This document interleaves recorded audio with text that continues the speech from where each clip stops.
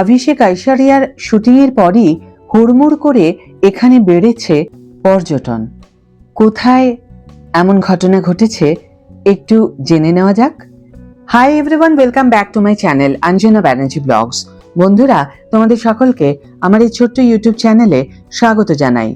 বর্তমানে এই বাড়িতে বলিউড ও টলিউডের একাধিক সিনেমার শুটিং হয়, তবু রাবণ সিনেমার স্মৃতি যেন সবচেয়ে উজ্জ্বল। অনেকেই মনে করেন সঠিক উদ্যোগ নিলে সাহেব কুঠিকে ঘিরে গড়ে উঠতে পারে পর্যটন কেন্দ্র। বলিউড তারকা দম্পতি অভিষেক বচ্চন ও ঐশ্বরিয়া রাই বচ্চনের স্মৃতি আজও যেন জীবন্ত গঙ্গা পাড়ের আগরপাড়ার সাহেব কুঠিতে। 2009 সালের ফেব্রুয়ারিতে মণিরত্নম পরিচালিত রাবণ সিনেমার শুটিং চলাকালীন এই অঞ্চল হয়ে উঠেছিল কার্যত এক টুকরো মুম্বাই। চলচ্চিত্রটির শুটিং হয়েছিল আগরপাড়া জুট মিল সংলগ্ন ঐতিহাসিক সাহেব কুঠিতে। হুগলি নদীর তীরে অবস্থিত এই ব্রিটিশ আমলের অতিথিশালা তার প্রাকৃতিক সৌন্দর্য এবং স্থাপত্য বৈচিত্র্যের জন্য বেছে নিয়েছিলেন পরিচালক মণিরত্নম। হিন্দি ও তামিল এই দুটি ভাষার সংস্করণেই চলেছিল শুটিং।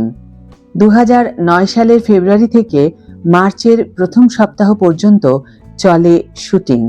গঙ্গাবক্ষে নৌকা ভ্রমণের রোমান্টিক দৃশ্যের শুটিং বহু মানুষ নিজে চোখে দেখেছিলেন।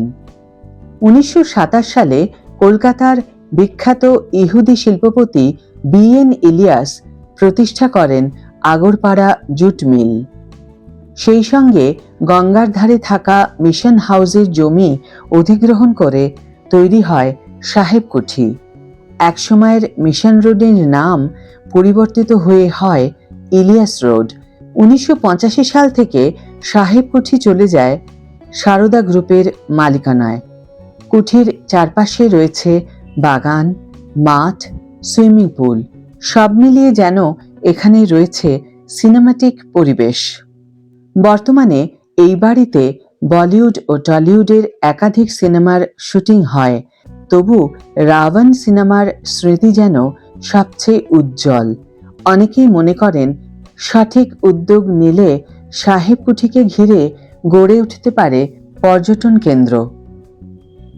আজকের ভিডিও এখানেই শেষ করছি বন্ধুরা। ভিডিওটি যদি ভালো লেগে থাকে তাহলে অবশ্যই একটা ছোট্ট করে লাইক দিও, শেয়ার করো বন্ধুদের সাথে, কমেন্ট করে জানিও তোমাদের মতামত। যারা এখন আমার চ্যানেলটিকে সাবস্ক্রাইব করোনি তারা অবশ্যই চ্যানেলটিকে সাবস্ক্রাইব করে আমার পাশে থেকো, আর যারা অলরেডি সাবস্ক্রাইব করে দিয়েছো তাদের জন্য আমার অনেক ভালোবাসা এবং অনেক ধন্যবাদ। আজ তাহলে বিদায় বন্ধু, দেখা হবে পরের ভিডিওতে। ভালো থেকো, সুস্থ থেকো, সঙ্গে থেকো।